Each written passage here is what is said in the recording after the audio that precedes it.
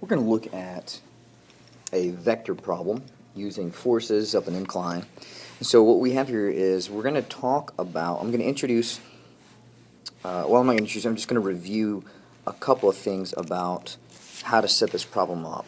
So first of all, what we have, let me kind of rewind this just a little bit. What we have here is an incline, and we have an object sitting on this incline.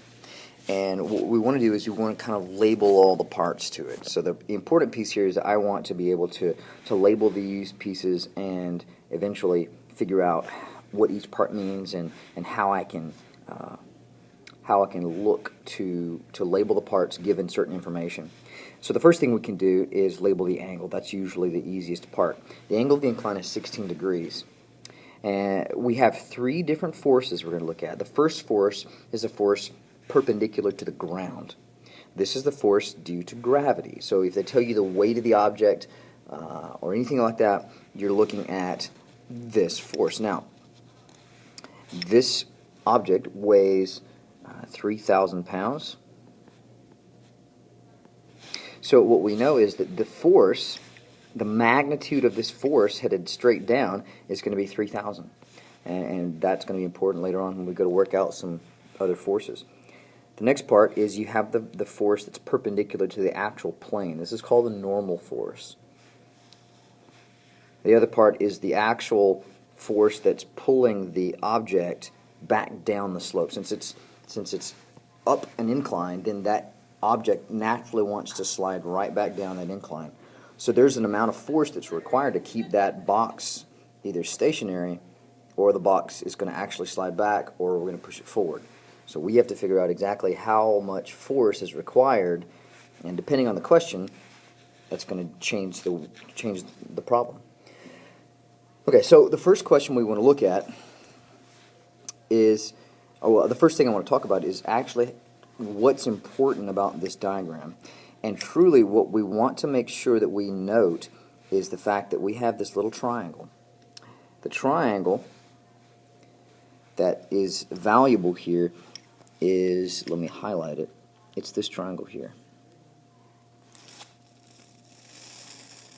It's a right triangle. We intended that to be right triangle because if you were to write the normal vector, which is the one, which is this vector, so write normal here. The normal vector and the actual ramp itself are perpendicular. That's intentional because we wanted a right triangle. It's going to make this problem easier. What we're going to do now is we're going to take that little triangle and I'm going to extract it out so that we can kind of work with it a little bit larger so it's not so tiny to look at. Now, important part here is that we know that the angle, 16 degrees, is also at the very top here. So that's going to also be 16 degrees. And that's going to always happen. Your angle of the ramp is going to always be the angle right underneath the object itself. You have similar right triangles. You also have parallel lines and transversals and alternate interior angles. Is where we get this from. So let's go ahead and let's label this part. So there's my 90. This is my 16. The vector that's headed straight down to the ground. So that means this is the weight vector. That's the actual hypotenuse. That's actually 3,000 pounds of force. So the magnitude would be 3,000. Let's label that there. The question we want to know is how much force would be required to keep this box from rolling backwards down the ramp. So the ramp force would be here. So if we label that as X, that's going to tell me how much force is required to keep that box in place. Okay, it's to keep it from moving. And if you've got this labeled, then you're pretty much done. The other question I could ask would be, what's the normal force on the object? And that would simply be to find that component. Now we're only interested in finding the actual force required to keep the box from sliding back down, so we're going to set this up.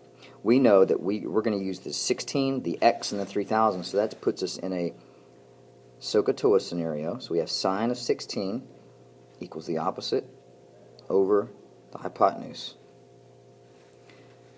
So once I set that up, I just solve for X, and we're going to get 3,000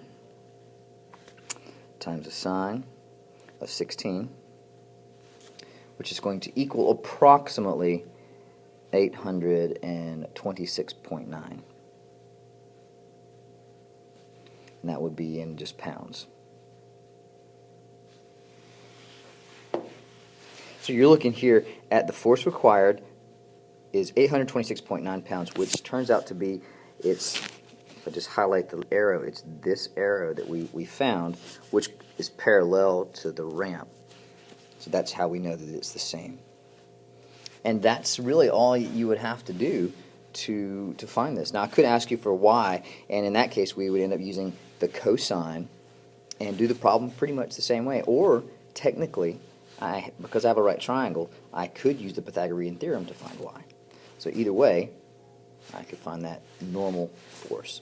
So make sure that you know how to set this little triangle, or this little diagram up. And if I ever give you an example where it's an object sitting on a ramp, you know, this is going to be kind of the method that you're going to want to take to solve these kind of problems.